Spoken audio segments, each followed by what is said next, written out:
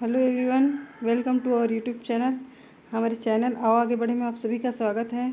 तो आज हम पंडित रविशंकर यूनिवर्सिटी का बीएससी सेकेंड ईयर का जूलॉजी पेपर है, जिसका सॉल्यूशन यहाँ पास आपको दे रहे हैं।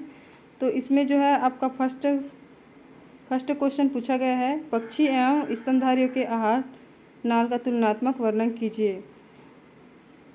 तो यहाँ पास आप इसका तुलनात्मक जो है वर्णन करेंगे। तो यहाँ पर आप सिनॉप्सिस बना के इसको अच्छे से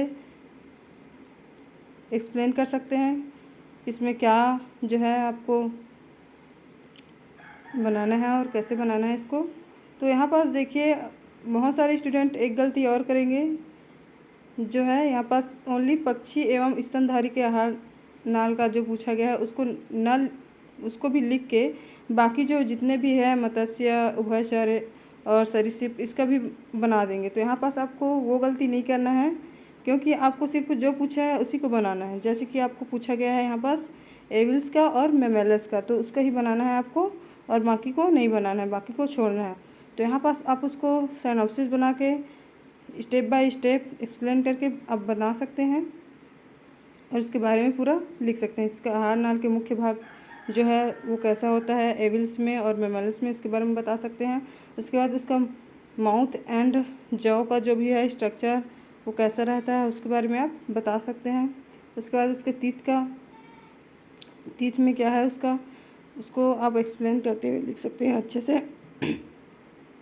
मुख गुहा, उसके बाद है पेरिलिंग्स, इसके बारे में भी आप अच्छे से बना सकते हैं।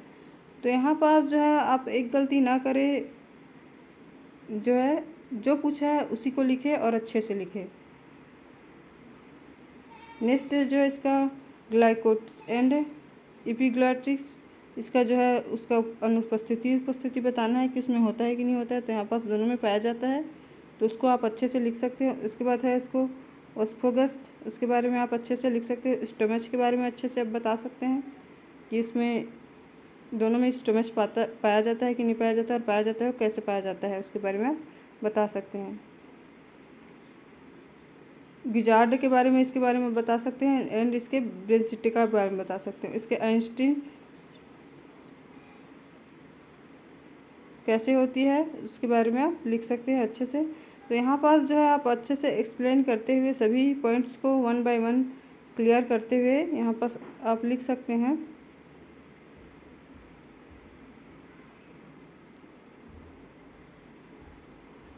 वोकल और ओपेरच्योर के बारे में भी आप अच्छे से बता सकते हैं, जैसे कि रेक्टम गुदा के द्वारा त्रिकक्ष की क्लोआकाएं में खुलता है, ऐसी आप उसमें बता सकते हैं, उसमें अनुपस्थित रहता है, मैमल्स में अनुपस्थित रहता है।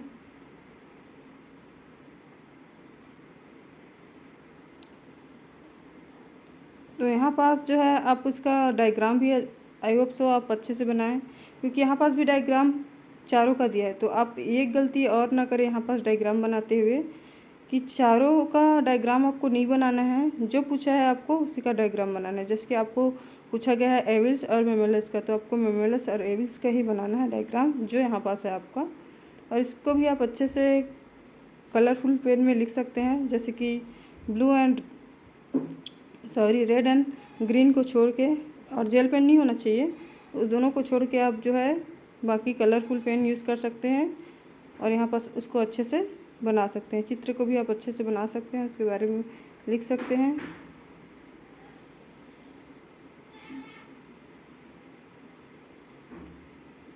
ये हो गया आपका फर्स्ट क्वेश्चन फर्स्ट यूनिट का। और सेकंड क्वेश्चन की ओर चलते हैं। सेकंड यूनिट में एमनियर्स के अग्रपादों की अस्थियों का तुलनात्मक वर्णन कीजिए। नेक्स्ट क्वेश्चन जो है आपका यूनिट 2 का है, एमनियर्स के अग्रपादों की अस्थियों का तुलनात्मक विवरण दीजिए या वर्णन कीजिए, जो भी हो। तो यहाँ पास जो है आपको इनके बारे में आपको बताना है, जो है 3 जो है रेप्टाइल्स, एविल्स और मेमेलस।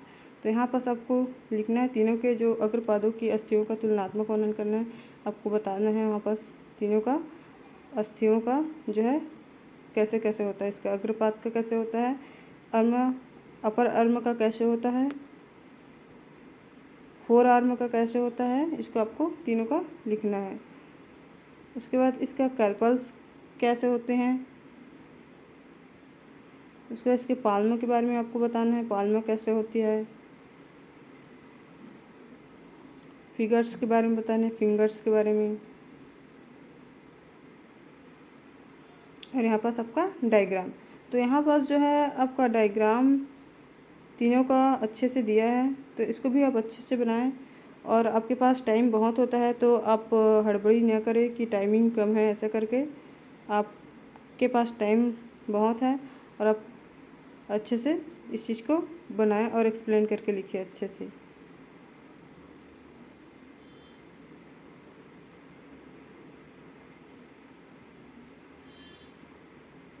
डायग्राम को भी अच्छे से आप बना सकते हैं। और उसका नाम जो है आप ज़्यादा अच्छा ये होगा कि आप इसका नाम जो है वन साइड में अच्छे से लिखिए। जैसे लिखा है आप इस पूरे चारों तरफ सराउंडिंग में आप नाम लिख देते हैं, वैसा अच्छा उतना अच्छा नहीं लगता जितना आप एक साइड में पूरा नाम को डिस्क्राइब करते चलते हैं कि यहाँ पास ये है, यहाँ पास वो है, ऐसे करके। तो यहाँ पास ये ज़्यादा अच्छा लगता है, चेक करने वाले को भी आसानी जाती है इसलिए। नेक्स्ट क्वेश्चन है यूनिट 3 का, आपको एमनियट्स के मस्तिष्क का तुलनात्मक विवरण दीजिए। तो यहाँ पास जो है आपके आज जूलॉजी के पेपर में आपको सब 3 यूनिट हो गया, तीनों में आपको तुलनात्मक विवरण वाला ही क्वेश्चन पूछा गया है। तो आप इसमें भी बना सकते हैं, इसमें सिनॉप्सिस आप अच्छे से बना सकते हैं। और सिनॉप्सिस बनाते हुए आप एक गलती कर देते हैं जो कि आपको नहीं करना चाहिए। जो आपको सिनॉप्सिस जिस पेज में आप सिनॉप्सिस लिखते हैं फर्स्ट पेज में, उस पेज को पूरा छोड़ना होता है और नेक्स्ट पेज से लिखने का स्टार्ट करना होता है। तो यहाँ पास आप ये बात ध्यान में रखिएगा। यहाँ पास जो है एमनियस के मस्तिष्क का तुलनात्मक वर्णन करना है। इसमें जो है आपको तीनों मैमल्स और एविल्स और रेप्टाइल्स तीनों का फिर से आपको जो है इसका ब्रेन के बारे में आपको बताना है कि तीनों का ब्रेन कैसे होता है करके।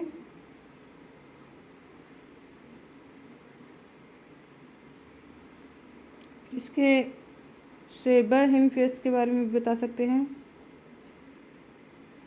जो कि तीनों में उपस्थित है कि नहीं और है तो कैसा है। डाइसेफ्लॉन के बारे में भी आप लिख सकते हैं। ऑप्टिकल लोब के बारे में भी आप बता सकते हैं, सेरिब्रम के बारे में भी बता सकते हैं। और यहाँ पास आ गया फिर से आपका डायग्राम। तो डायग्राम को भी आप अच्छे से लिखें, डायग्राम को आप साफ़ सुथरा बनाएं अच्छे से। ज़्यादा नाम भी आप अगर ज़्यादा दिया है तो नाम कम लिखे, लेकिन अच्छा लिखे, जो है साफ़ सुथरा जो दिखना चाहिए चेक करने वाले को अच्छे से। और साइड में होना चाहिए सभी नाम।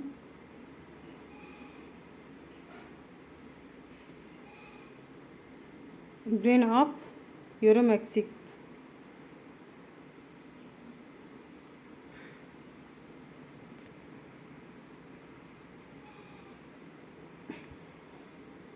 Brain of pigeon, brain of rabbit. Next question जो है आपका चौथा यूनिट का, जो चौथा यूनिट में जो क्वेश्चन है वो है रक्त स्कंदन की क्रियाविधि पर टिप्पणी लिखिए। तो यहाँ पास जो है रक्त स्कंदन की क्रियाविधि है या रक्त का थक्का बनने की क्रियाविधि का वर्णन, उसी को बोलते हैं स्कंदन और थक्का बनना वही है। तो यहाँ पास अब आंसर आप अच्छे से लिख सकते हैं। और आंसर में आपको सिनॉप्सिस बनाना है अच्छे से। और सिनॉप्सिस बनाते हुए इसके बारे में आप लिख सकते हैं कि ब्लड कटिंग क्या होता है। पहले तो आप उसके बारे में बता सकते हैं इंट्रोडक्शन, पहले इंट्रोडक्शन लिख सकते हैं उसके बारे में कि उसका परिचय दे सकते हैं कि जो है थक्का जमना, रक्त का थक्का जमना वो क्या होता है। उसके बाद आप ब्लड कटिंग लिख सकते हैं। फिर इसके बाद आता है इसका मैकेनिज्म ऑफ ब्लड कटिंग, तो उसको आप लिख सकते हैं। और आप हिस्ट्री में वहाँ पर डाल सकते हैं कि कौन से जिस साइंटिस्ट ने इसको डिस्कवर किया है उसके बारे में आप बता सकते हैं। फिर यहाँ पास आता है कि हेवेल्स सिद्धांत थ्योरी। तो यहाँ पर हेवेल्स की थ्योरी जो है आप बता सकते हैं कि हेवेल्स ने अपना क्या व्यू दिया था रक्त स्कंदन में।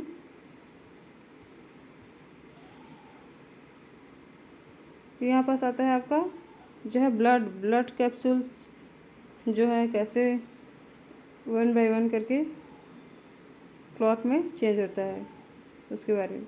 उसके बाद आता है बेस्ट एंड लॉयर की theory.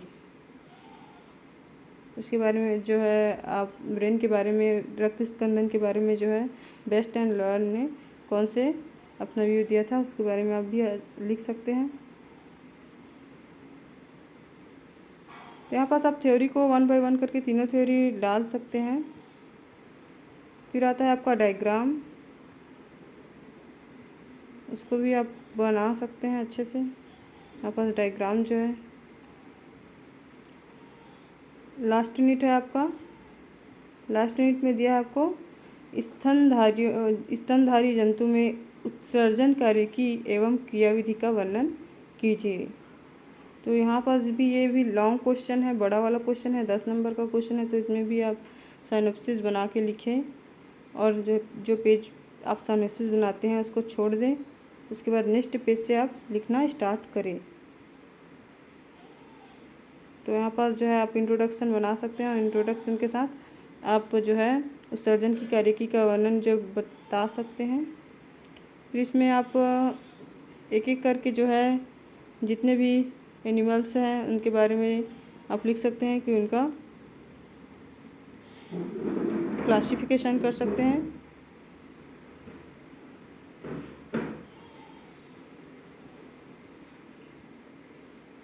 Structure of kidney, physiology of urine for formation,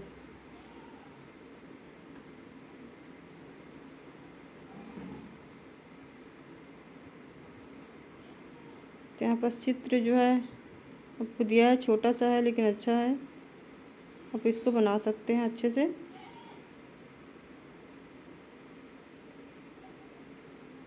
blood cutting,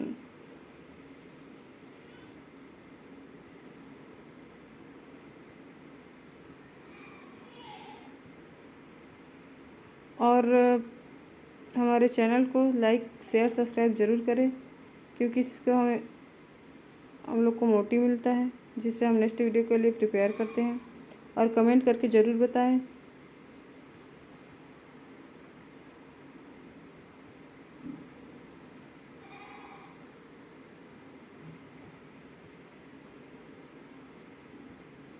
यहाँ पास आपका लास्ट स्ट्रक्चर जो है वो यहाँ पास है, तो इसको भी अब अच्छे से बनाना चाहें तो बना भी सकते हैं। तो ये हो गया आपका last unit. Thank you for watching.